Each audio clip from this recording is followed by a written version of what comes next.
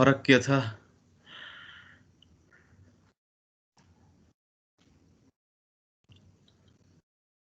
हामीले फिजिबिलिटी नि हेऱ्यो, एप्रेजल पनि हेऱ्यो। एप्रेजल भनेकै पुरै फिजिबिलिटी जस्तो नि रहेछ। फिजिबिलिटीको पार्टमा एप्रेजलको पार्टमा फिजिबिलिटी नै राखेको रहेछ भनेर अस्ति मलाई कसले पूजाले सोधे जस्तो लाग्थ्यो। फिजिबिलिटी र एप्रेजल एउटै हो भनेर। मैले एउटा लिङ्क पनि आज त्यहाँ दिएछु, त्यो हेर। अब प्रि फिजिबिलिटी र फिजिबिलिटी कसैलाई थाहा छ? केही फरक छ? एउटा फरकले सबै कुरा हुन्छ।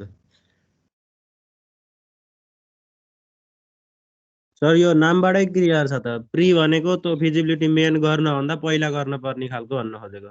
एकदम ठिक हो तिमीले भनेको, तर एउटा केही एक्सपेक्टमा त फरक होला नि त।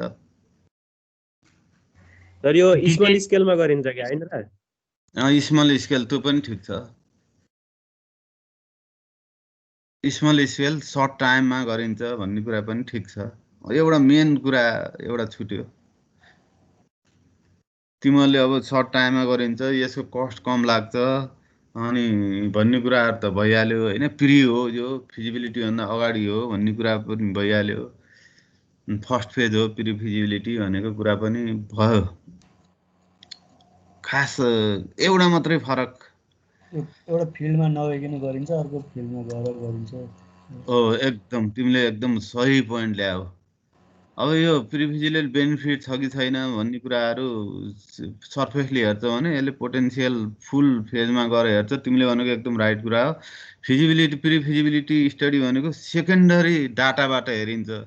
फिजिबिलिटी भनेको तिमीले भनेको एकदम हो, यसले सेकेन्डरी प्राइमरी आफै फिल्डमा जाने क्वेसनियर बनाउने साइडमा सबै इन्भेस्टिगेसन चाहिँ फिजिबिलिटी गर्छ भने अरूको डाटा सेकेन्डरी डाटाहरू इन्फर्मल, अब त्यसपछि गफमा हुने कुराहरू जस्ता ती डाटा कलेक्सनका जुन सेकेन्डरी स्रोतहरू हुन्, गुगलबाट खोज्नेदेखि लिएर जर्नलमा हेर्ने, यस्ता कुराहरू चाहिँ प्री फिजिबिलिटी त्यहाँ पर्छ। त्यो चाहिँ सर्ट एकदम सर्ट, टाइम पनि सर्ट अनि कस्ट पनि एकदम कम लाग्ने किसिमको चाहिँ हुन्छ। तर प्राइमरी र सेकेन्डरी डाटा साइडमा नजाने भन्ने कुरा बुझेपछि प्री फिजिबिलिटी र फिजिबिलिटीको कुराहरू त्यति हो है। डिफ्रेन्सहरू खास प्री र फिजिबिलिटीमा त्यति हो।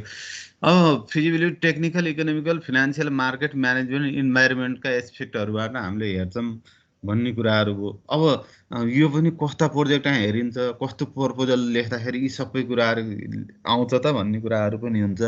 सबैमा हुन्न। हामीले अहिले चाहिँ एज अ होल सबैको लागि चाहिने कुराहरू मात्रै पढेको कुरा भयो।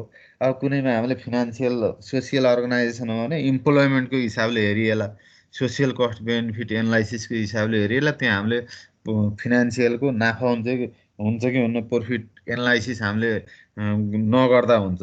नेसनको जे गोल हो त्यो अनुसार पोभर्टी इलेभेसन हुन्छ हुन्न, इम्प्लोइमेन्ट जेनेरेसन कति हुन्छ, इन्कम के हुन्छ भन्ने कुरातिर गइन्छ।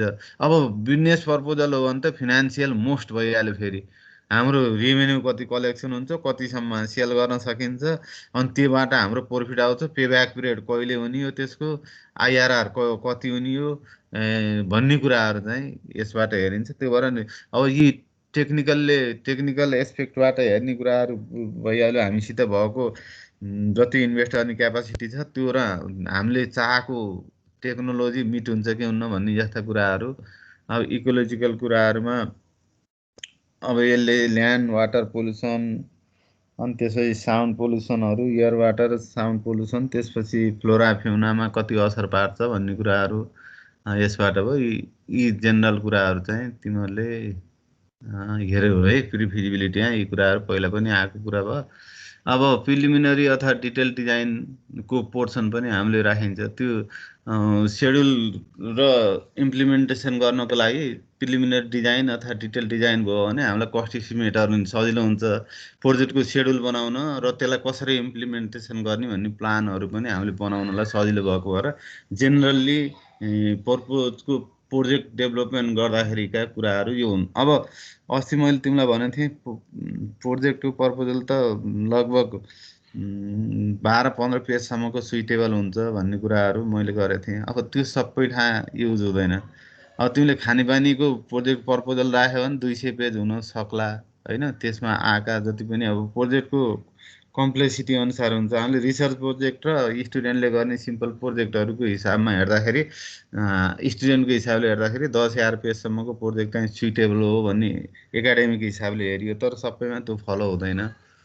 यो चाहिँ जेनरली प्रिलिमिनरी डिटेल डिजाइन। अब यो हामीलाई यो डिजाइनको केसहरू हाम्रा पनि प्रोजेक्टमा कुनैमा डिटेल डिजाइन चाहिन सक्छ, कुनैमा यो कुराहरू प्रिलिमिनरी डिजाइनले पनि चलेको हुनसक्छ। अब अथवा त्यही डिजाइनको लागि नै प्रोजेक्ट गरेको नि हुनसक्छ होइन, स्टुडेन्टको हिसाबले हेर्दाखेरि। यसमा यो भयो। अब त्यसपछि प्रपोजल डेभलपमेन्ट। अब फाइनल्ली हामीले सबै अहिलेका इन्फर्मेसन गरेपछि हामीले के गरिन्छ भने प्रोब्लम स्टेटमेन्ट गरिन्छ। खास हामीले के सोल्युसन दिन लागेको, के प्रोब्लम हो। मानौँ कसैले मेरो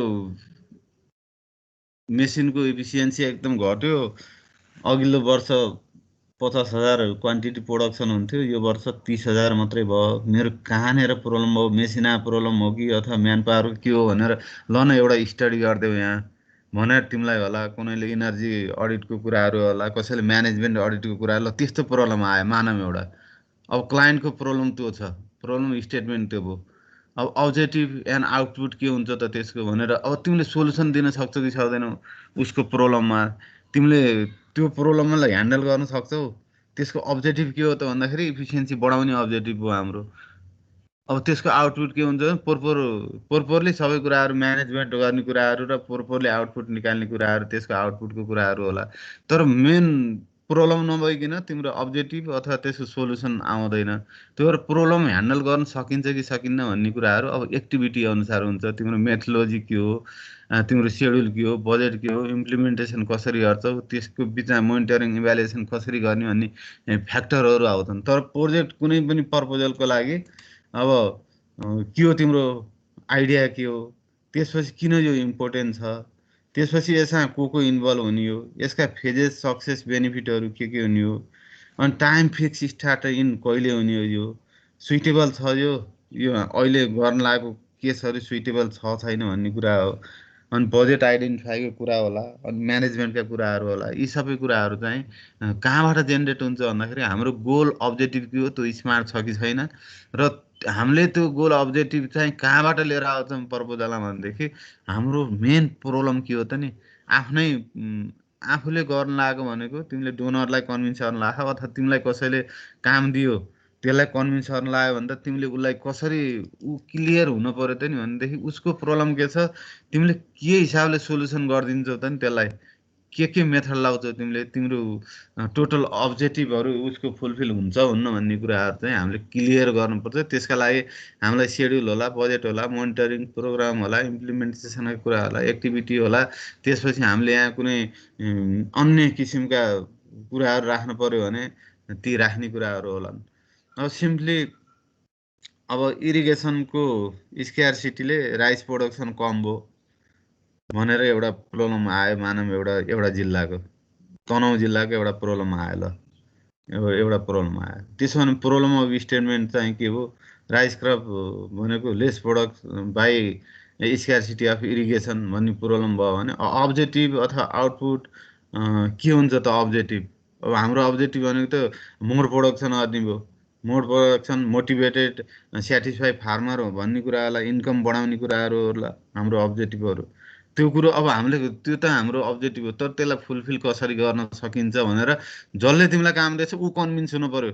मेरो प्रब्लम यो थियो, यसले यो गरिदियो भनेपछि त्यो सेटिस्फाई भयो भने तिमीलाई ओके ल यो काम ठिक छ, यो प्रपोजल अनुसार काम हुन्छ भनेपछि अब यो जति पनि आइडिया क्रिएसन भयो अहिलेसम्मका हामीले प्रोजेक्ट एप्रेजल हेरियो। अनि त्यसपछि अब प्रोजेक्ट एप्रेजलले एउटा फिजिबिलिटी स्टडी गरेर हामीलाई यो प्रोजेक्टमा जान ठिक छ कि छैन भन्ने कुराहरू हामीलाई दियो। अब नेक्स्ट स्टेजमा हामीले के गरिन्छ भन्दाखेरि प्रोजेक्टको फर्मुलेसन गरिन्छ।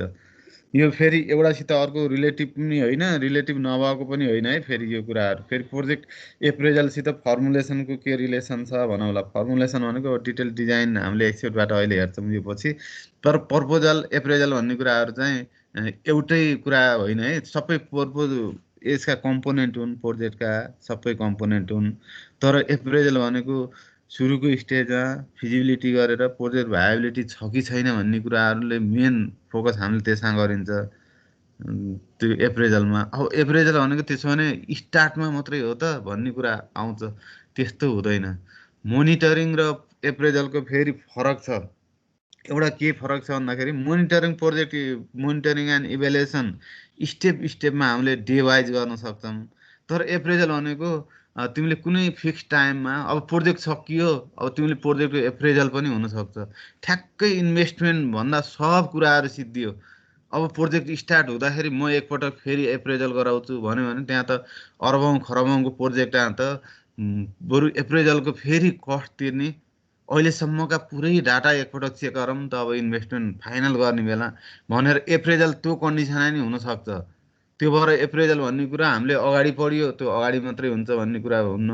अनि यो प्रपोजल बिचमा पढ्यो, अब फर्मुलेसन लास्टमा यस्तो यस्तो रिलेसन छैन है यिनीहरूको फेरि। त्यो भएर एप्रेजल जहाँ पनि हुनसक्छ। एप्रेजलले भाइबिलिटी छ कि छैन सबै कुरा ठिक भयो, लास्टमा इन्भेस्टमेन्ट गर्ने बेला साइन गर्ने बेलामा ओनरलाई लाग्यो मेरो त 2 खरबको प्रोजेक्ट छ, एकपटक म फाइनल चेक गर्छु भन्यो भने त्यो बेला प्रोजेक्ट एप्रेजल हुन्छ। फेरि त्यो बेला नि हुन्छ फेरि। त्यो भएको भएर एप्रेजल कहाँनिर हुन्छ भन्ने कुरा निड त्यो प्रोजेक्टको कम्प्लेक्सिटी अनुसार फरक हुन्छ है, त्यसमा चाहिँ नझुकियो फेरि तिमीहरू। अब यति भइसकेपछि अब हाम्रो नेक्स्टमा छ यो प्रोजेक्ट फर्मुलेसन। के हो प्रोजेक्ट फर्मुलेसन भनेको? अहिलेसम्म हामीले यी कुराहरू पढ्यो, के रिलेसन छ कि छैन यिनीहरूमा भनेर भन्यो भने अब पोर हाम्रो आइडिया भयो। आइडियालाई डेभलपमेन्ट गर्ने प्रत्येक स्टेपहरू, प्रत्येक कामहरू र हाम्रा प्रत्येक जति पनि कस्टका कुरा हुन्, टेक्नोलोजीका कुराहरू हुन्। अब प्रोजेक्टको आइडियालाई ठ्याक्कै एक्चुअल डिजाइनमा अब हामीले ढाल्नु पर्यो।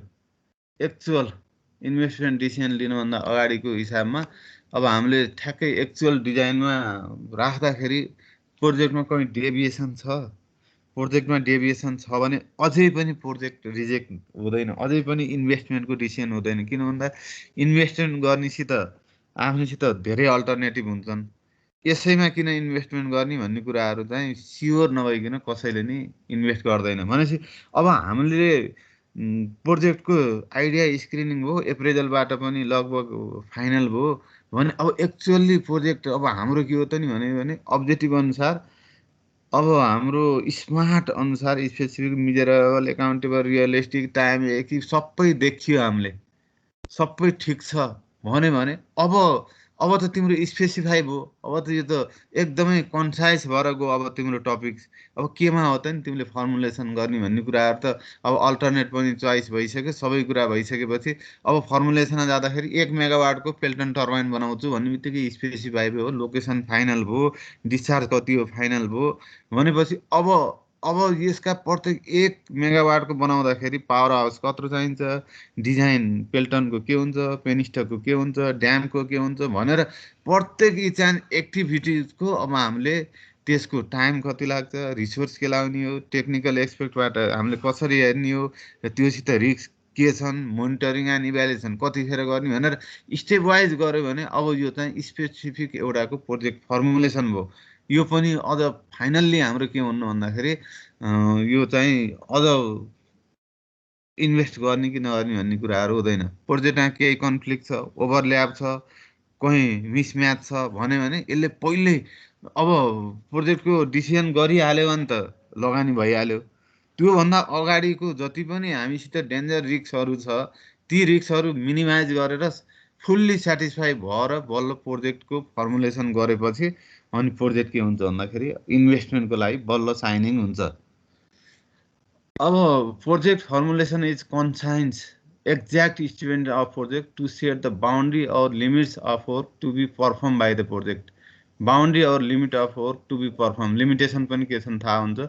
It is formal document that gives us distinctive identify of the project and precise meaning of project to be prevent conflict, confusion, overlap. यदि केही छ भने पनि ती कुराहरू फर्मुलेसनको स्टेजमा आउँछ।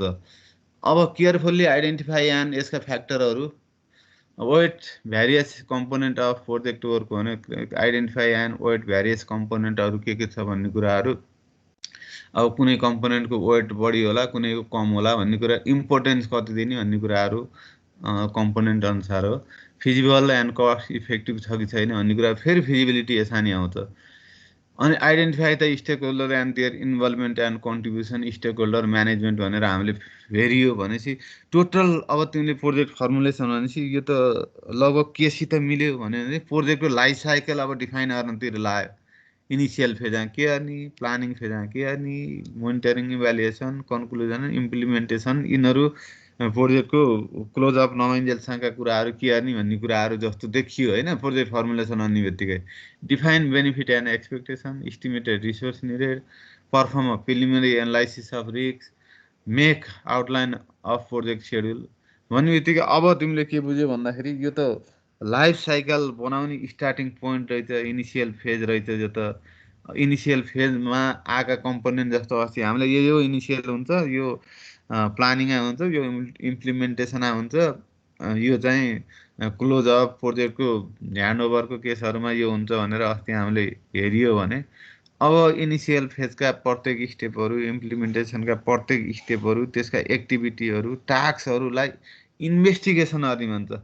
इन्भेस्टिगेसन प्रत्येक कुराहरूको इन्भेस्टिगेसन गर्ने, सर्च गर्ने, के रिस्क छ त्यहाँ, के रिस्कहरू के छ अथवा टेक्निकल अन्य हिसाबले फिजिबल छ कि छैन भन्ने कुराहरू चाहिँ यसले इन्भेस्टिगेसन पनि भन्छ यसलाई। एउटा किसिमले डेभलप प्रोजेक्ट आइडिया जुन छ इनिसियल फेजबाट फाइनलसम्म जानेको प्रत्येक एक्टिभिटीको यसले इन्भेस्टिगेसन गर्छ। वर्क प्लानदेखि लिएर म्यान पावरसम्म, त्यसपछि चाहिने म्याटेरियलहरू, इनपुटहरूदेखि लिएर सबै कुराको यसले चाहिँ इन्भेस्टिगेसन गरेको हुन्छ।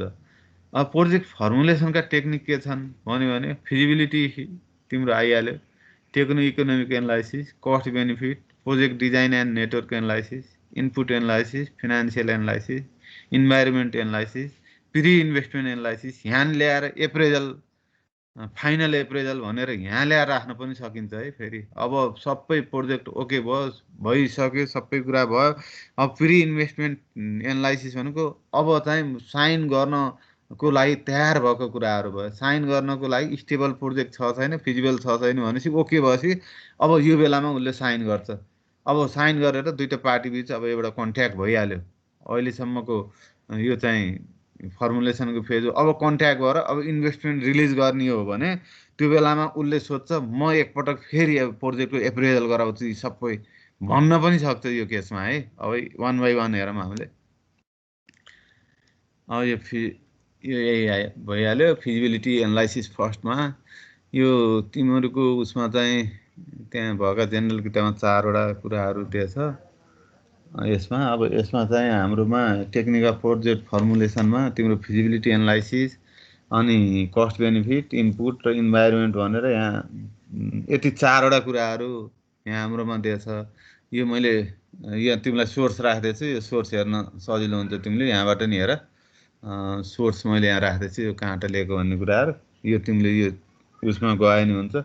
त्यसपछि हाम्रोमा फिजिबिलिटी, कस्ट, इनपुट, इन्भाइरोमेन्ट 4वटा टेक्निकल प्रोजेक्ट फर्मुलेसन भनेर दिएछ। तर बाहिर चाहिँ यो 7वटा कुराहरू चाहिँ अहिले रिसेन्टमा हेरिरहेको छ। अब अहिलेसम्म कसैलाई केही छ यसका म स्टेपहरू भन्छु। अहिलेसम्म कसैलाई केही क्वेसन छ?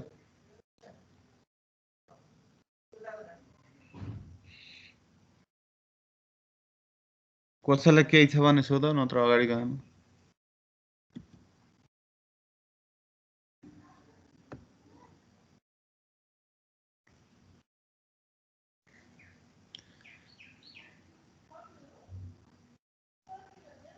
जनकराज पाण्डे के पठाएर चाहिँ मैले त बल्ल यता हेरेँ।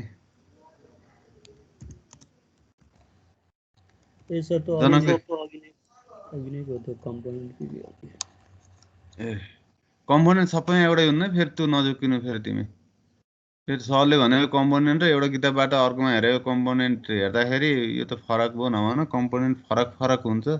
अझ एनजिओ अनुसार, आइएनजिओ अनुसार तिम्रो प्रत्येक अनुसारै फर्मेटै फरक हुन्छ है।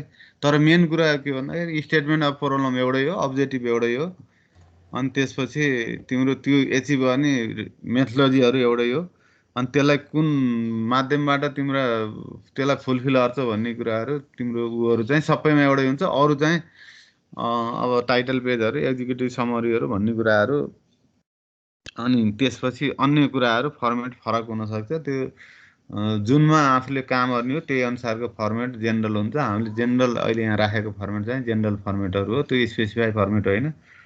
अब तिमीले युएनटिपीमा गयो भने एउटा फर्मेट हुन्छ, अब जाइगा गयो भने अर्को फर्मेट हुन्छ। प्रपोजलका फर्मेटहरू फरक हुन सक्छन्। त्यसमा आएका कम्पोनेन्टहरू भए पनि मेन कम्पोनेन्टमा हुनुपर्ने कुराहरू, प्रपोजलमा हुनुपर्ने कुराहरू चाहिँ अब तिम्रो स्टेटमेन्ट अफ प्रोब्लम के छ त, प्रोब्लम के को सोल्युसन दिन लाग्छ भन्ने कुराहरू हुन्छ। त्यसपछि त्यसको अब्जेक्टिभ मेथोडोलोजीहरू र चाहिँ एउटै हो फेरि सबैमा, त्यतिको कुरा चाहिँ सबैमा एउटै हुन्छ। कस्टका कुरा, टेक्निकका कुराहरू ती सबैमा एउटै हुन्छ। त्यही फर्मेटका अलिकति फर्मेट तलमाथि हुनसक्छ। कसैलाई केही प्रब्लम छ? अगाडि जाम।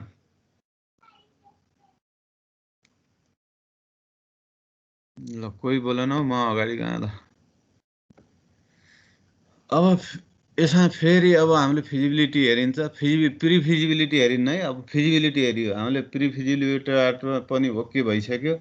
अब फिजिबिलिटी अब हामीले हेरियो, फिजिबिलिटी भन्ने बित्तिकै यो determine the viability of an idea भन्ने कुराहरू भयो। भाइबिलिटी छ कि छैन आइडियाहरू, त्यो economically, technically, financially, legally, managerially त्यो फिजिबल छ कि छैन भन्ने कुराहरू चाहिँ हामीले फिजिबिलिटी एनालाइसिसमा हेरिन्छ।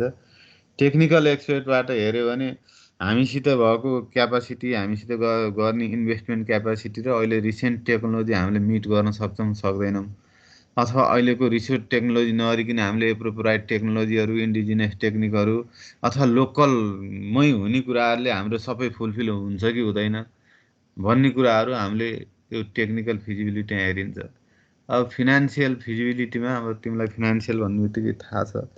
अब यसमा टोटल कस्ट कति लाग्ने, यसको टोटल रिभेन्यू कति कलेक्सन हुने हो, बेनिफिट हुन्छ कि हुँदैन भन्ने कुराहरू फिनान्सियल एनालाइसिसबाट हेर्छ।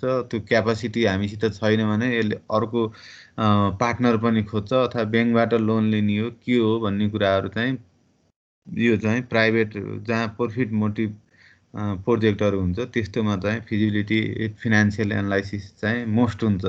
रेभेन्यू कलेक्सन कति हुन्छ, हाम्रो टोटल कस्ट कति हो, अपरेटिङ कस्ट कति हो, वर्किङ क्यापिटल कति चाहिने हो भन्ने कुराहरू चाहिँ फिनान्सियल फिजिबिलिटीबाट हेरिन्छ। त्यो ओके कस्तो, त्यो चाहिँ सोसियल बेनिफिट कस्ट एनालाइसिसमा चाहिँ त्यो नहेरिकन फेरि यसको सट्टामा हामीले के हेरिन्छ भन्दाखेरि social cost benefit analysis, BCA भनेर हामीले जुन बिसिडिएसिए पढ्यो त्योबाट इम्प्लोइमेन्ट जेनेरेसन कति हुन्छ, पोभर्टी रिडक्सन कति हुन्छ भन्ने कुराहरू हेरिन्छ। त्यो अहिले आउँछ त्यो नेक्स्टमा। त्यसपछि मार्केट फिजिबिलिटी, अब हामी कुनै प्रोडक्ट ओरिएन्टेड गर्दैछौँ, त्यस्ता किसिमका प्रोडक्टहरू हामीले गर्दैछौँ भने अब हामीले मार्केटको डिमान्ड के छ, अहिलेको पोटेन्सियल सिनारियो कस्टमरको के छ, कस्टमर सिफ्ट हुन्छ कि हुँदैन, कस्टमरको चाहना के छ भन्ने कुराहरू हामी साइडमै गएर क्वेसनियर बनाएर टोटल डिमान्ड कति हो, अहिले भएका पार्टीहरूले कति फुलफिल गरेछन्, डिमान्ड स्क्यारसिटी छ कि अथवा ओभरफ्लो छ कि, त्यो डिमान्डहरूमा हाम्रो पोर्सन कति पोर्सन हुन्छ त हामी मार्केट आइसकेपछि भन्ने कुराहरू मार्केट फिजिबिलिटीले हेरेको हुन्छ। त्यसपछि म्यानेजरियल फिजिबिलिटीमा हामीसित अहिले भइरहेको म्यानेजरियल क्यापासिटी नै फुलफिल हुन्छ, त्यतिले हामीले काम गर्न सक्छौँ, अथवा हामीलाई न्यू रिक्रुटमेन्ट गर्नुपर्छ, नयाँ ट्रेनिङहरू दिनुपर्छ भन्ने कुराहरू चाहिँ यसले हेर्छ। र हामीसित भइराखेको अहिलेको म्यान पावर अर्को ठाउँ गएर फिक्स हुन्छ, एक्जिस्ट हुन्छ कि हुँदैन भन्ने कुराहरू पनि हेर्छ। अथवा हामीसित अहिले आइडियल म्यान पावर छ, त्यसैलाई अर्को प्रोजेक्टमा पनि लाउन सकिन्छ भन्ने किसिमबाट नि हेर्न सक्छ। अथवा नयाँ प्रोजेक्ट हो भने कस्तो किसिमको म्यान पावरहरू हामीलाई चाहिने हो, त्यो अहिले छ त मार्केटमा छ, हामीले ल्याएको टेक्नोलोजी, हामीले लेटेस्ट टेक्नोलोजी ल्यायौँ, त्यसलाई चाहिँ ह्यान्डल गर्ने म्यान पावर छ कि छैन, म्यानेजरियल हिसाबले त्यो पनि हेर्न सक्छ।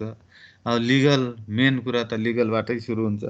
लिगल एस्पेक्टबाट हेर्दाखेरि अब त्यहाँको पोलिसी के छ, जुन कन्ट्रीमा गर्ने हो त्यो कन्ट्रीको त्यो स्टेटको पोलिसी के हो, त्यसपछि गाउँपालिकाको पोलिसी के हो, प्रदेशको पोलिसी के हो, अनि त्यसपछि हाम्रो मेन सङ्घीय लिगल के हो त प्रोसिडरहरू के छ त्यो हामीले ह्यान्डल गर्ने हाम्रो प्रोजेक्टको लागि भन्ने कुराहरू हेरिन्छ। लिगल्ली सुइटेबल छैन, लोकल पिपुलहरूले हेल्प गर्दैन, यस्तो कन्डिसन छ भन्ने कुरा प्रोजेक्टले थाहा पायो भने त्यो प्रोजेक्ट यहीँबाट रिजेक्ट हुन्छ। यी मध्ये कुनै पनि फेल भयो technically, financially, market, managerially, socio economic हिसाबले अथवा लिगल हिसाबले फेल भयो भने अब यो स्टेपबाट सेकेन्ड स्टेपमा प्रोजेक्ट जाँदैन। यहीँ प्रोजेक्ट के हुन्छ, टर्नओभर हुन्छ।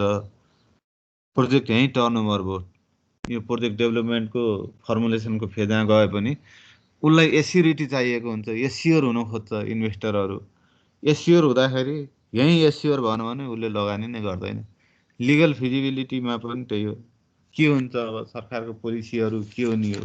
अब कहिलेकाहीँ लोकल प्रोभिन्सले धेरै छुट दिएको हुन्छ कुनै उसमा, कुनैमा फेरि लोकलले फेरि एकदम टाइट गरेको हुन्छ। आफू जुन लोकेसनमा जाने हो त्यो लोकेसन अनुसार अब लिगल फिजिबिलिटी कस्तो छ त्यो चाहिँ मेन कुरा हेरेर अनि त्यही अनुसार उसले रजिस्ट्रेसनका प्रोसेसहरू गराउँछ। यसमा छिर्नै पर्छ। जसले बिजनेस स्टार्ट गरे पनि अथवा सोसियल अब्जेक्टिभली भए पनि अथवा एनजिओ चलाए पनि, आइएनजिओ चलाए पनि लिगलको अम्ब्रेलाभित्र छिरेन भने, लिगल प्रोसिडरभित्र छिरेन, लिगल फिजिबिलिटी एनालाइसिस गरेन भने सुरुमै उसो के हुन्छ भन्दाखेरि जतिसुकै राम्रो प्रोजेक्ट भए पनि त्यसले स्टार्ट गर्नै सक्दैन। त्यही भएर फिजिबिलिटीमा यी कुराहरू हेरिन्छ। यो एउटा कम्पोनेन्ट हो। अब अर्कोमा टेक्निकल फिजिबिलिटी हामीले हेरिन्छ। हामीसित भएको रिसोर्सहरू एभाइलेबल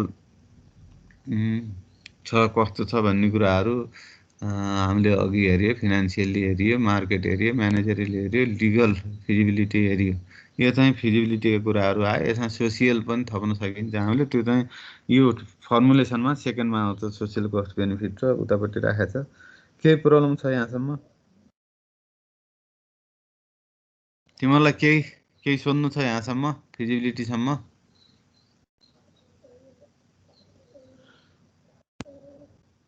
पनि सोध। ल नेक्स्टमा हेरौँ। अब कस्ट बेनिफिट एनालाइसिस त अब यो त तिमीलाई भने राम्रो हुन्छ। यो त मैले धेरै पटक भने है। अब तिमीहरूबाट नि सुन्छु ल। कस्ट बेनिफिट एनालाइसिसले के दिन्छ भन्ने कुराहरू हामीले इकोनोमिक्समा लास्ट च्याप्टरमा पढेको कुरा हो। ल भन त एउटा दुईटाले। सर कुन पोइन्टबाट प्रॉफिट हुन्छ लस हुन्छ भन्ने थाहा हुन्छ हामीलाई। अनि अब त्यो प्रोजेक्ट यहाँभन्दा अब कुनै स्टेजमा गएर अब आफूलाई प्रॉफिट पनि छैन अनि लस पनि छैन, यसलाई अब मेन्टेन कसरी गरौँ, हामी यो पोइन्टमा छौँ, अब अगाडि कसरी बढ्ने तिनीहरू कन्सेप्ट पनि जेनेरेट हुन्छ।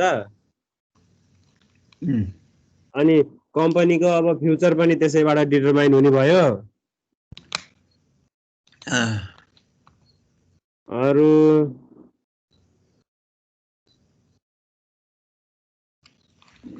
टोटल कस्ट, टोटल रेभेन्यूहरू अनि शेयर होल्डरहरूको त्यो इन्डिभिजुअलको रेसियो तिनीहरू पनि निकाल्न मिल्छ। भन अरूले पनि थप न।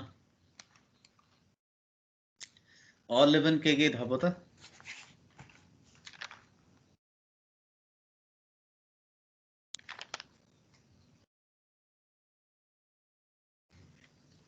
अरू एक दुईजनाले थप न। एउटा दुईटा पोइन्ट थप त। सर अनि यबाट त टाइम कस्ट बेनिफिटको पनि ग्राफ बनाउन मिल्छ सर। टाइम कस्ट बेनिफिटको ग्राफ बनाएपछि त त्यहाँबाट अब फिजिबिलिटीहरू पनि स्टडी गर्न मिल्ने भयो सबै। ल अरू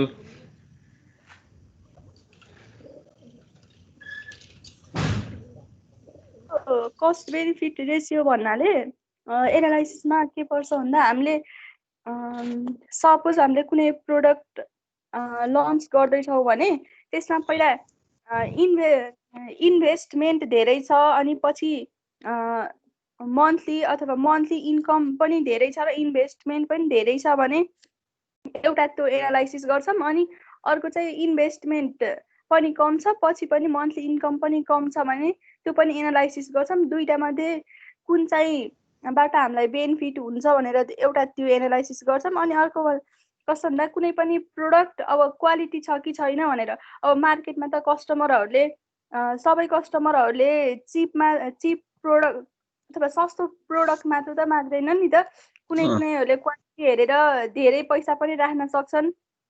त्यही भएर आफूलाई क्वालिटी प्रोडक्ट गर्दाखेरि धेरै फाइदा हुन्छ कि सस्तो प्रोडक्टहरू गर्दाखेरि धेरै फाइदा हुन्छ कि, अनि मार्केटमा कुनै प्रोडक्ट लो क्वालिटीको छ, सस्तो छ र आफूले अझै सस्तो गराउने कि अझै क्वालिटी बढाएर कस्टमर तान्ने कि हामीले अझै प्राइस घटाएर कस्टमर तान्ने भनेर यस्तै यस्तै एनालाइसिस हुन्छ सर। ल अरू कसैले थप?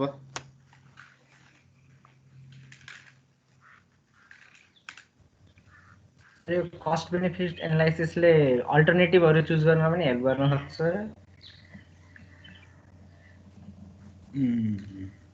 ठिक छ, भन्दै जाऊ, म अहिले भन्छु, म लास्टमा भन्छु, तिम्रो सबैको सुन्छु म। भन, अरू पनि बोल न।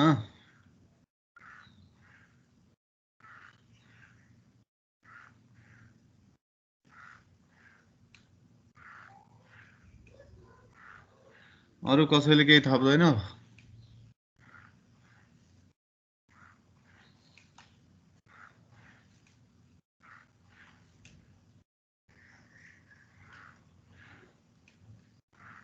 आशिष केही थप्नु छ?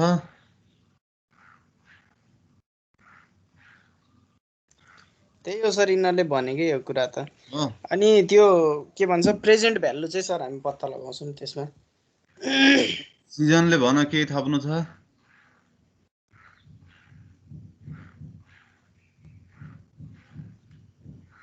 केही छ?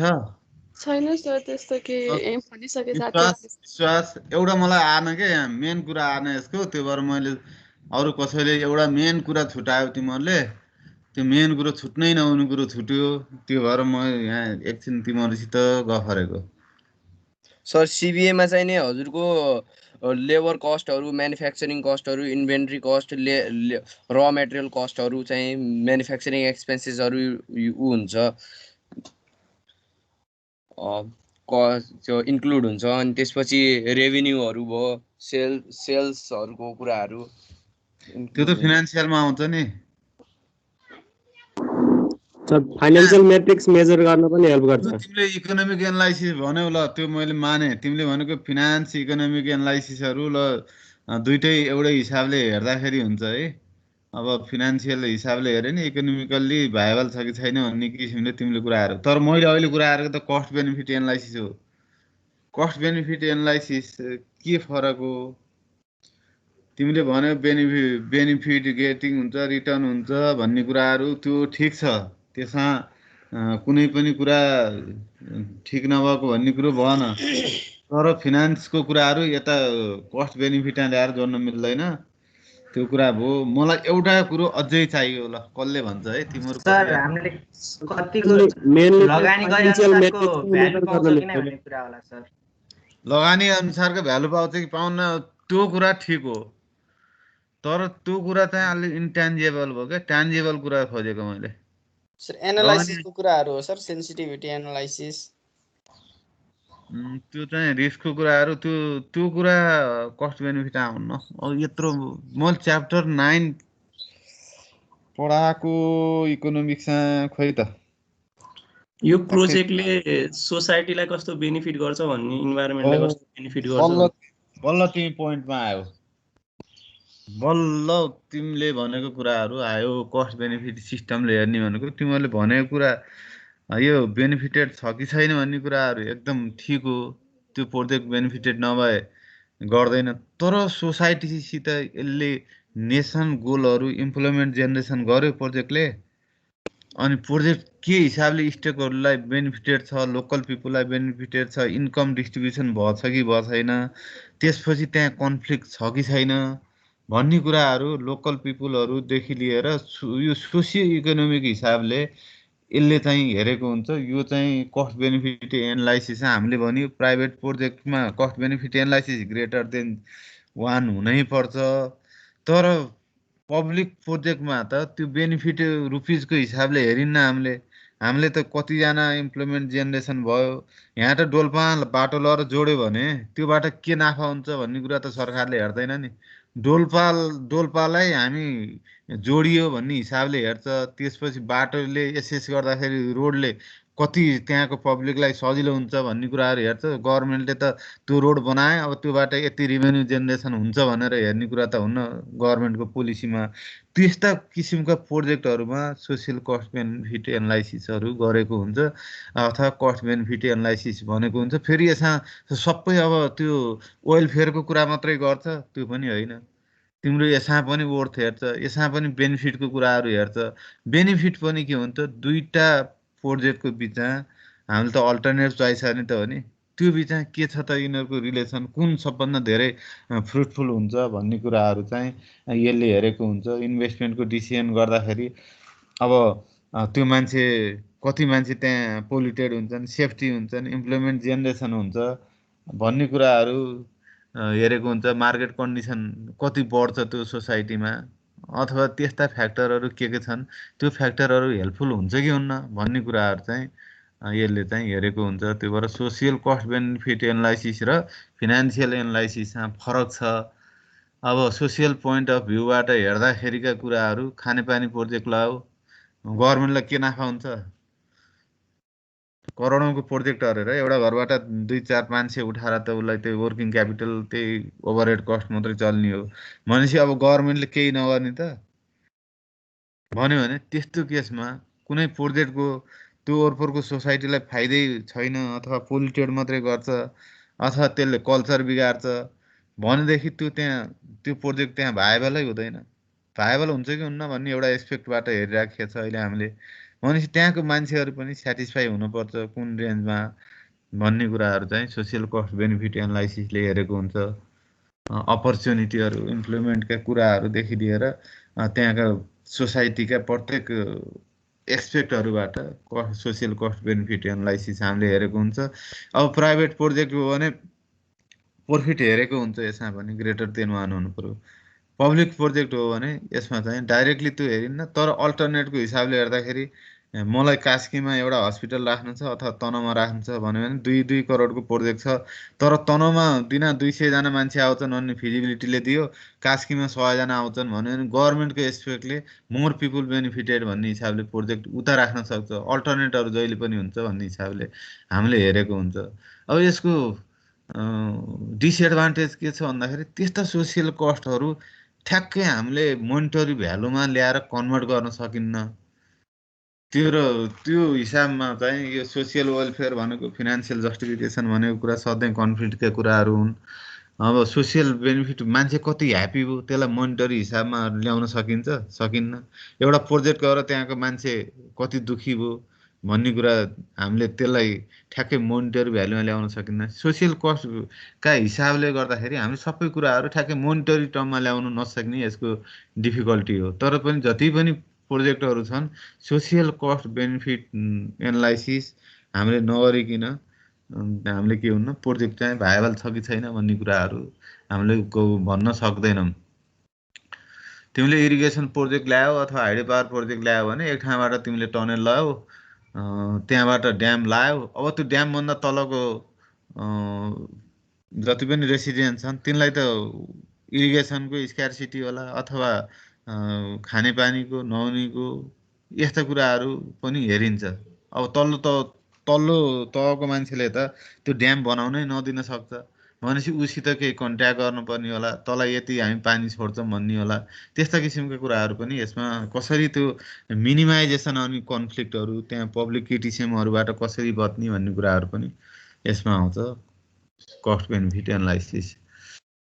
अब इनपुट एनालाइसिस, यो त अब हामी पढै छौँ। यो input analysis man power, material, money, minute, time, machine भन्ने कुराहरू हामीले जहाँ चाहिँ पढियो त्यो यहाँ पढ्यो के भन्दाखेरि, हामीले गर एक्टिभिटी सी भन्ने एक्टिभिटी यहाँ मलाई यो म्यान पावर चाहियो, त्यो बेलामा त्यो म्यान पावर त्यो ठाउँमा एभाइलेबल हुन्छ, मलाई त्यो बेलामा ब्याको चाहियो अथवा लोडर चाहियो त्यो बेलामा त्यहाँ छ, अथवा मलाई सिएनसी चाहियो भनेपछि त्यहाँ सिएनसी छैन भनेर म्यान पावर, इक्विपमेन्ट, प्लानिङ जति पनि 5Mको कुराहरू छ त्यो छ त त्यहाँ भन्यो भने सिएनसी किन्ने त हाम्रो प्रोजेक्टमा बजेटै छैन भन्यो भने अब त्यहाँ अल्टरनेट खोज्नु पर्यो। सिएनसी नभए के हुन्छ, अर्को अटोमेटिक लेथले हुन्छ, अर्को कुनै भनेर हेऱ्यो भने त्यसलाई एडजस्ट गर्न सकिन्छ कि सकिन्न त्यो बेला, त्यसलाई पाउने रिक्वायर म्यान पावर पाइन्छ कि पाइन्न, हाम्रो इनपुट म्याटेरियलहरू र म्याटेरियलहरू हामीलाई खोजेको प्रत्येक एक्टिभिटीको केसमा कुन म्याटेरियल चाहिने हो, कुन स्किल म्यान पावर चाहिने हो, कति पैसा चाहिने हो, त्यो एउटा एक्टिभिटीबाट अर्को एक्टिभिटीसम्मको कति टाइम चाहिने, ती सबै हामीले फुलफिल गर्न सकिन्छ त्यो प्रोजेक्टमा भनेर हेऱ्यो भने यसले चाहिँ इनपुट एनालाइसिस सेटिस्फाई छ कि छैन भन्यो। अब यो सेटिस्फाई छैन, यो त हाम्रो त म्याटेरियलै र म्याटेरियल साह्रै महँगो भयो, योबाट आउने आउटपुटले त हामीलाई के हुन्छ र फाइदा हुने भन त्यहाँ त भन्यो भने प्रोजेक्ट यो स्टेप आएर क्यान्सल भयो। अब फर्मुलेसनको यो फेज आएर क्यान्सल भयो, यो पनि सक्सेस भयो, इनपुट पनि सक्सेस भयो, अथवा फिजिबिलिटी पनि सक्सेस भयो, कस्ट बेनिफिट पनि सक्सेस भयो, सबै कुराहरू सक्सेस हुँदै गयो, बिचमा आएर फिनान्सियलमा रेभेन्यू नै उठेन भन्ने कुरा आयो भने त्यही क्यान्सल होला भनौँ न।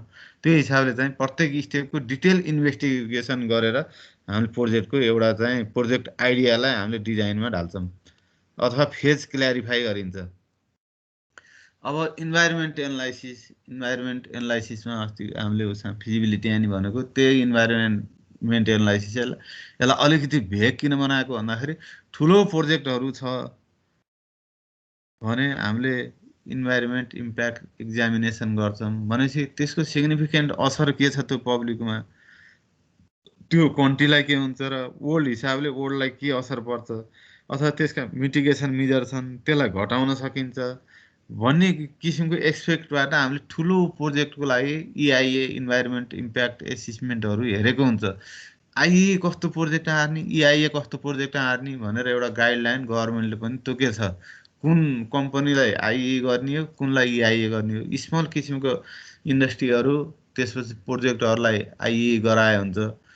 इआइए भनेको अलिक धेरै नै एक्सपेक्टमा इन्भाइरोमेन्टको एनालाइसिस गर्न पर्ने खालका प्रोजेक्टहरू इआइएमा पर्छ। यो तिमीले त्यहाँ इन्भाइरोमेन्ट एक्टमा गएर हेऱ्यौ भने फर्दर चाहियो भने त्यहाँ हेर, इन्भाइरोमेन्ट एक्ट अफ नेपाल भनेर हेऱ्यौ भने त्यसमा चाहिँ तिमीले यो भेट्छौ कुन कुन उद्योगमा। अब तिमीलाई म त वर्कसप खोल्छु भन्यो भने मलाई इआइए गर्ने कि आइए गर्ने भन्न तिमीलाई क्वेसन होला। अब वर्कसप मात्रै हो, सिम्पल हो भनेदेखि तिमीलाई आइए भन्ने होला। अब वर्कसप खोल्ने हो भने आइए त गर्यौ तिमीले, तर पोखरामा मेन कोर एरियामा वर्कसप खोल्नै दिन्न भनेपछि लिगल हिसाबले तिमी त्यहाँ बााउन्ड भइहाल्यौ, अल्टरनेट लोकेसनमा जानु पर्यो। यस्ता किसिमको कुराहरू, अथवा तिम्रो वर्कसपबाट आउने पोल्युसन तिमीले कसरी मिटिगेट गर्छौ, कसरी त्यसलाई घटाउने प्रोसेसहरू तिम्रो छ, केही इक्विपमेन्ट जोड्छौ भन्ने कुराहरू यस्ता साधारण किसिमकोमा हामीले आइईहरू गरिन्छ। अब एकदम ठुलो प्रोजेक्टहरू, हाइड्रो पावर प्रोजेक्ट होस्, वाटर सप्लाईको प्रोजेक्ट होस्, अथवा एयरपोर्टका प्रोजेक्टहरू हुन्, रोड कन्स्ट्रक्सनका प्रोजेक्टहरू हुन्, त्यसले चाहिँ इकोलोजिकल्ली वाटरमा एयरमा पोल्युसनको हिसाबले अथवा यो डिफरेस्टेसनको हिसाबले, सोइल इरोजन हुने हिसाबले, अथवा तलको एक्वेटिक एनिमलहरूलाई असर पार्ने हिसाबले, त्यसपछि अन्य कुनै रिसोर्सहरू यिनीहरूलाई जति पनि यसले असर पार्छ ती कुराहरू हामीले केमा हेरिन्छ भन्दाखेरि डिटेल इन्भाइरोमेन्ट इम्प्याक्ट एसेसमेन्टमा गरिन्छ। यो ओके नभइकन पनि प्रोजेक्ट अगाडि जाँदैन। एकदमै ठुलो इन्भाइरोमेन्टल असर पार्छ प्रोजेक्ट छ, त्यसलाई मिटिगेसन मेजरहरू, त्यसलाई घटाउने कुनै प्रोसेसहरू छैन भने त्यो बेला पनि प्रोजेक्ट त्यहीँ गएर टुङ्गिन्छ। अब त्यो ओजन लेयरको कुराहरू होला, अब त्यस्ता किसिमका इन्भाइरोमेन्टमा असर पार्ने कुराहरू यदि केही छन् भने यसले भेग हिसाबमा हेर्छ तिमीलाई, सोसाइटीलाई पर्ने इम्प्याक्टहरू, त्यसपछि डिफरेस्टेसनका इम्प्याक्टहरू, एउटा रुख काट्दाखेरि त्यसमा बस्ने चराहरूको बारेमा हेर्ला, अथवा त्यो रुख काटेर नि सोइल इरोजनहरूले गर्दाखेरि त्यहाँ अन्य इफेक्टहरू, कन्सिक्वेन्स इफेक्टहरू सबै यसले हेर्छ। यसले इन्भाइरोमेन्टली सुइटेबल छ छैन भन्ने कुराहरू हुन्छ। कुनै पनि प्रोजेक्टमा केही न केही त्यसले इन्भाइरोमेन्टलाई असर गरेकै देखिन्छ, त्यसो भने त्यो प्रोजेक्ट नबनाउने भन्ने कुराहरू हुन्छ। त्यसको कन्डिसन एकदम सेभर छ भने त्यो बेला हामीले रिजेक्ट गरिन्छ। होइन कन्डिसन ठिकै छ भन्ने हिसाबमा आयो भने हामीले चाहिँ प्रोजेक्टलाई एक्सेप्ट गर्ने कुराहरू हुन्छ र मिटिगेसन मेजरहरू हामीले केहीहरू अप्नाइन्छ। मिटिगेसन मेजर भनेको तिमीले सिमेन्ट उद्योगमा हेऱ्यौ भने एकदम डस्टहरू बाहिर फालिराखेको हुन्छ। अब त्यो डस्ट रिमुभर मेसिन त्यसमा एट्याच गरिदियो भने त्यसको केही पर्सेन्टेजहरू हट्छ। अब तिमीले आइई गर्यौ अथवा इआइए गर्यौ त्यसमा यो राख्नुपर्छ भनेर तिमीले रिकमेन्डेसन गरिदियो भने त्यो कम्पनीले राख्नै पर्छ।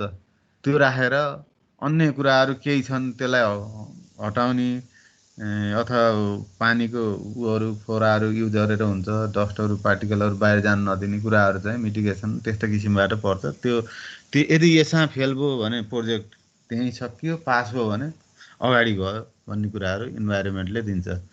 यो कुराहरू मैले भनिसकेँ। अब IE is an initial environment examination and it is preliminary small study to see if a project harms the environment, while the EIA is full assessment of the effect of the project on the environment भन्ने कुराहरू भयो। अब यी चाहिँ recent हुन् अहिलेका, यो पछि थपेका टेक्नो इकोनोमिक एनालाइसिसमा हामीले टेक्निकल र इकोनोमिकको हामीले दुइटैको यसमा एकैचोटि हेरिन्छ। टेक्नो इकोनोमिकको हिसाबले हाम्रो कम्पनी क्यापेबल छ भन्ने या छैन भन्ने एनालाइसिस गरिन्छ। डिमान्डको एनालाइसिस हेरिन्छ, पोटेन्सियल टेक्नोलोजी हेरिन्छ, अनि त्यसपछि इकोनोमिक कन्डिसन अफ कम्पनी हेरिन्छ। हामीले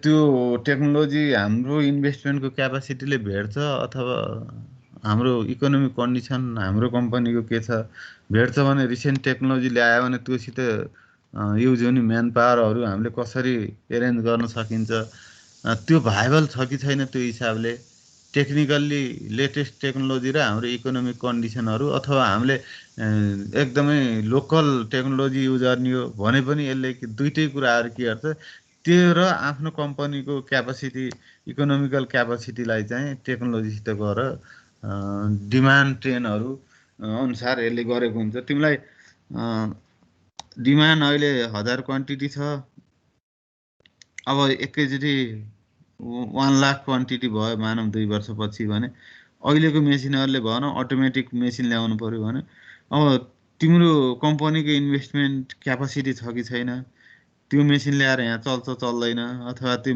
बिग्रियो भने के गर्ने, त्यसलाई रिक्वायर स्किल म्यान पावरहरू के गर्ने भन्ने कुराहरू चाहिँ टेक्नो इकोनोमिक एनालाइसिसमा इकोनोमिक कन्डिसन अफ कम्पनी र पोटेन्सियल टेक्नोलोजीलाई हेरेको हुन्छ। अब थर्डमा छ प्रोजेक्ट डिजाइन एन्ड नेटवर्क।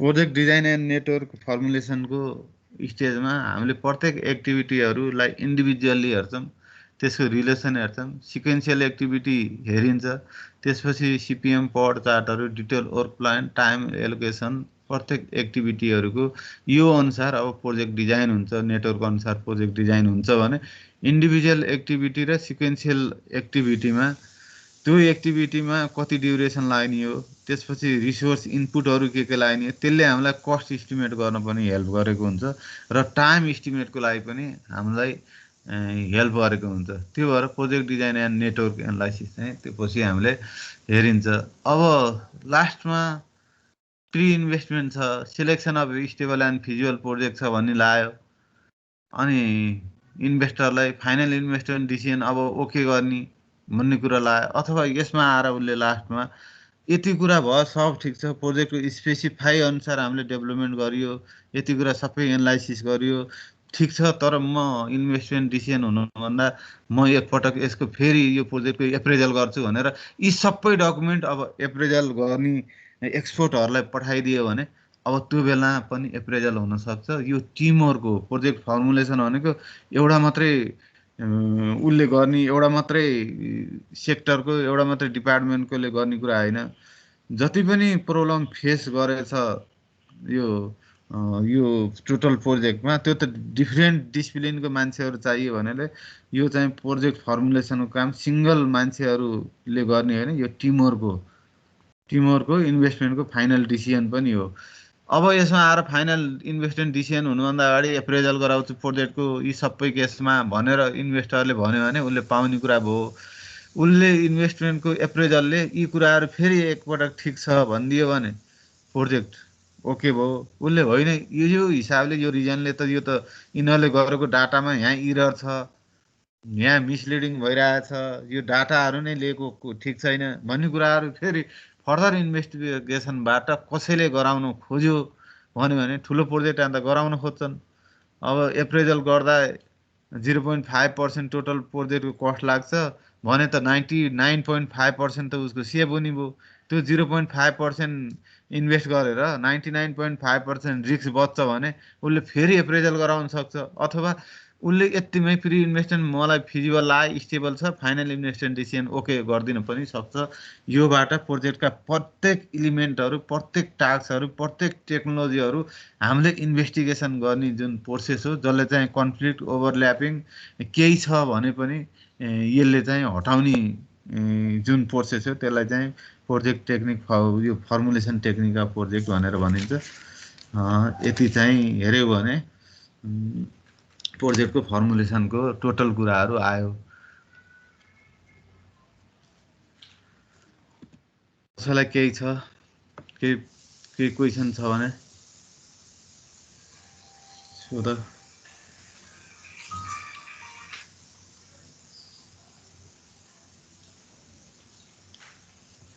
केही प्रब्लम छ? अब बल्ल प्रोजेक्टको कामहरू सुरु हुन्छ सर। अब त्यो पछि यो पनि भइसकेपछि अझ प्रोजेक्टको काम कहाँ सुरु हुन्छ र बाबु? अब डिटेल प्रोजेक्ट रिपोर्ट भन्ने आउँछ यो पछि। योभन्दा नि माइन्युटली गरेको हुन्छ, त्यहाँ रेस्पोन्सिबिलिटीहरू सबै गराएको हुन्छ। त्यो चाहिँ एकदम भेग प्रोजेक्टको लागि। अब डिपिआर हुन्छ यो पछि फेरि। अहिले हामी यतिमै बसौँ, अहिले हामीलाई प्रोजेक्ट फर्मुलेसन भएपछि सिद्धियो है। अब प्रोजेक्ट फर्मुलेसन डिपिआरमा के फरक छ भने तिमीले फर्दर स्टडी हेर्न मन लाग्यो भने अब त्यसमा चाहिँ तिमीले हेरे हुन्छ है। अब डिपिआर अहिले चाहिँ हामी डिपिआरतिर नजाऊँ। अब तिमीलाई मैले यहाँ केही साइडहरू राखिदिएको छु, यिनीहरू चाहिँ तिमीले हेर्न सक्छौ। अनि सर यति भएपछि प्रोजेक्ट सिलेक्सन भयो भन्ने त फिक्स भयो नि त? लगभग एनालाइसिस गरिसकेपछि प्रोजेक्ट सिलेक्सनको कुरा अहिले यो चाहिँ त्यो हिसाबको प्रोजेक्टहरूमा सेलेक्सन भयो भन्ने कुरो भयो। तर भेग प्रोजेक्टहरूमा डिपिआर नबनाइकन प्रोजेक्ट अझै स्टार्ट हुँदैन। अहिले हामीले बुझ्दै प्रोजेक्ट रिपोर्ट हैन सर डिपिआर भनेको? डिटेल प्रोजेक्ट रिपोर्ट त्यो त लास्टमा गर्ने भन्दै हुन्थ्यो तपाईले अस्ति नै क्लासमा। लास्ट हो त नि। अब यो पछि अब त्यो आउँछ, तर त्यो चाहिँ भेग प्रोजेक्टमा मात्रै हुन्छ। अहिले हामीले यति भएपछि यति इन्भेस्टमेन्ट अब भयो भन्ने बुझ न अहिलेको हिसाबमा है। अहिलेको हिसाबमा प्रोजेक्ट फर्मुलेसन भएर सबै प्रि इन्भेस्टमेन्टको एक्टिभिटी ओके भएपछि अब प्रोजेक्ट चाहिँ सुरु भयो भन्ने भएपछि प्रोजेक्ट सुरु हुनलाई त फेरि डिटेल प्रोजेक्ट रिपोर्ट चाहिने होला। त्यो अब हाम्रो स्कोप भन्दा बिहाइन्ड भयो अहिलेलाई है। डिटेल प्रोजेक्ट रिपोर्ट त तपाईले प्रोजेक्टको कम्प्लिसन भएपछि बनाउँछौँ भन्नुभयो जस्तो लागेको थियो कि अस्ति। प्रोजेक्ट कम्प्लिसन गरियो नि त अहिले। यो प्रोजेक्टको फर्मुलेसन गरेपछि अब प्रोजेक्ट कम्प्लिसन मैले चाहिँ पुरै कम्प्लिसन भन्ने सम्झेको थिएँ क्या सर, त्यस्तो हैन? कम्प्लिसन इनिसिएसन नभए डिपिआर किन बनाउने हो? कम्प्लिसन भएपछि बरु एप्रेजल गर्न सकिन्छ फेरि पनि। हजुर। त्यो प्रोजेक्टको फिडब्याक के आयो त, हाम्रो सक्सेसफुल भयो कि भएन प्रोजेक्ट भनेर सिद्धिएपछि पनि प्रोजेक्ट एप्रेजल हुन्छ है। फेरि प्रोजेक्ट एप्रेजल जुनसुकै स्टेज जाने हुनसक्छ। तर सिद्धिएपछि त्यतिखेर पनि डिपिआर बनाउन नि सक्यो। हो, डिपिआर त छुट्टै कुरा हो। डिपिआर र त्यो उसा नगर न अहिले यसमा रिलेसन। प्रोजेक्ट फर्मुलेसन भयो, प्रोजेक्ट स्टार्ट अब भयो भन्ने पेपर वर्क भयो, इन्भेस्टमेन्टका कुराहरू भयो भने अब डिपिआर भनेको यो पछिको स्टेप हो। अहिले हामीले त्यति नबुझौँ। हामीले प्रोजेक्ट फर्मुलेसन भएपछि इन्भेस्टमेन्टको प्रपोजलमा अब साइन गरे मान्छेले भन्ने कुरा बुझ अहिले। हुन्छ सर। त्यो तिम्रो चाहिँ अब अर्को फर्दर स्टडीमा आउँछ। त्यो यहाँ आउँदैन। अब यो लेभल भन के यस्तो कि गाउँतिर के बाटो खन्दाखेरि अनि खन्दै जाँदाखेरि बिचमा मेरो जग्गामा खन्न दिन्न भन्छन् नि, त्यस्तो यो सोसियल स्टडी पहिला सुरुमा गरेर बाटोको त्यो कुन ठाउँबाट लैजाने भन्ने नक्सा त्यो डिजाइन नगरेर त्यस्तो भएर प्रब्लम आएको हो सर त्यो? हो, त्यहाँ त सोसियो इकोनोमिकल्ली त्यहाँको पिपुलहरू सेटिस्फाई भएनन्। सेटिस्फाई नभएको कारणले के हुने भयो भन्दाखेरि त्यो प्रोजेक्ट त फेल भयो। अब त्यो स्टेजमा गएर मान्छेहरूले कति ठाउँमा प्रोजेक्ट रोकिदिएका छन्। त्यो भनेको पहिला इनिसियल्ली हामीले डिटेल यो cost benefit analysis, social cost benefit analysis नगरेको भएर त्यो प्रब्लम आएको। त्यसलाई कसरी सल्भ गर्ने त सर? अब सल्भ भनेको हाम्रो हिसाबले हेर्ने हो भने गभर्मेन्टले के गर्नुपर्छ भन्दाखेरि अहिले बाटो लाँदाखेरि जुन जति पनि कम्पेन्सेसन दिए छैन त्यो कम्पेन्सेसन दिनपर्छ एउटा त्यो भयो। अनि जो बेनिफिटेड भयो त्योसित फेरि रिभेन्यू उठाउनु पर्छ नि गभर्मेन्टले, बाटो मात्र लैदिने होइन। यदि त्यस्ता प्रब्लम आयो भने त जहाँ मान्छेलाई लगेर त्यसले फाइदा दिएछ त्योबाट केही कस्ट लिने, अनि जसलाई मर्का परेछ त्यसलाई कम्पेन्सेसन दिने भन्ने कुराहरू लाग्यो भने ठिक होला। तर बाटोको केसमा कहीँ पनि कम्पेन्सेसन दिँदैन। यस्तो जुन पनि अब त्यस्तो प्रोजेक्ट गर्दाखेरि धेरै कन्फ्लिक्ट हुन्छ नि त। अब गाउँमा अब मानम एउटा हेल्थ पोस्ट को एउटा अफिस बनाम भन्ने हो भने अब गाउँकाले तलकाले आफ्नोमा खोल्ने भन्छन्, माथिकाले आफ्नोमा। त्यसलाई कसरी मिलाउने त नि सर? अब त्यस्तो कुरो त्यहीँको लोकल बडीहरूले मिलाउनु पर्यो। लोकेसनको कुरा त लोकल बडीहरूले मिलाउने हो। बाहिर गएको प्रोजेक्टको मान्छेले त यहाँ प्रोजेक्ट राख्छु भनेर त दिँदैन। त्यो त तिमीले भनेको त अहिले जहाँ पनि त्यस्तो भइरहेछ। पुलिस अफिस कहाँ राख्ने, पुलिस स्टेसन कहाँ राख्ने, अनि त्यसो हस्पिटल गयो भने कहाँ राख्ने, ब्याङ्क गयो भने कहाँ राख्ने। एउटा वडाकाले यहाँ राख भन्छ, अर्को वडाकाले यहाँ राख भन्छ। त्यहीँ कन्फ्लिक्ट दुईटा लोकल पिपुलहरू बिचमै कन्फ्लिक्ट भएको हुन्छ। अब त्यसको कोअर्डिनेसनको काम गरिदिने त त्यहीँको लोकल जो इलेक्टेड प्रतिनिधि छ त्यसैले गरिदिनु पर्छ। यो प्रोजेक्टका मान्छेले यहाँ गर्छु भन्ने प्रोजेक्ट अब हाइडो पावर भए पो यहाँ डिस्चार्ज मिल्छ, यहाँ नगरी हुँदैन भन्ने कुरो हुन्छ। अब हस्पिटल त तल राखे नि प्रोजेक्ट बनाउनेलाई त उयो, माथि राखे नि उयो। तर बेनिफिसियल को छ भनेर त लोकल अथोरिटीले मिलाउनु पर्यो नि, कोअर्डिनेसन गरिदिनु पर्यो। त्यो पनि एउटा स्टडी पर्यो होइन सर? फिजिबिलिटी स्टडीको एकदम। अब त्यसमा विवाद भयो भने त्यो प्रोजेक्टै बन्दैन, त्यो त्यहीँ क्यान्सल हुन्छ। लोकेसनको विवाद भयो भने अब त्यो चाहिँ म्यानेजरियल एस्पेक्टमा पर्यो, म्यानेजर फिजिबिलिटी भयो। त्यहाँ चाहिँ इस्ट्याब्लिस गर्न सकिन्न भने प्रोजेक्ट रिटर्न हुन्छ। त्यस्तो भएछ नि, कति ठाउँमा भएछ। झगडा भएर त्यो त्यहाँ बन्दैन भनिकन त्यो सोर्सै बाहिर रिफन्ड भएको पनि केसहरू छन्। अरू केही छ मलाई? ल आज यति गरौँ। अर्को दिन आउँदाखेरि तिमीहरूले त्यो मैले अहिले भने बार चार्ट, ज्ञान चार्टहरू, सिपिएम पटको कपी अगाडि राख, अनि पेन्सिल र उहरू अगाडि राख। पर्सि नै त हामीले उता सिपिएम पटहरू सुरु नगरिएला, तर चाहिँ पेन्सिलहरू पेपरहरू ठिक्क बनाएर साइडमा राख। त्यो अनुसार अनि हामी अगाडि च्याप्टर 3 सुरु गर्छौँ। यसको 3-4वटा क्वेसन चाहिँ म राख्दिउँला तिमीहरूलाई। यसको स्लाइड पनि राख्दिनु है, यो तपाईले पढाउँदै गरे स्लाइड म राखिदिन्छु अहिले। हुन्छ है ल ल, थ्याङ्क यू अल। ल सबलाई धन्यवाद। स्टे सेफ, राम्रोसित बस।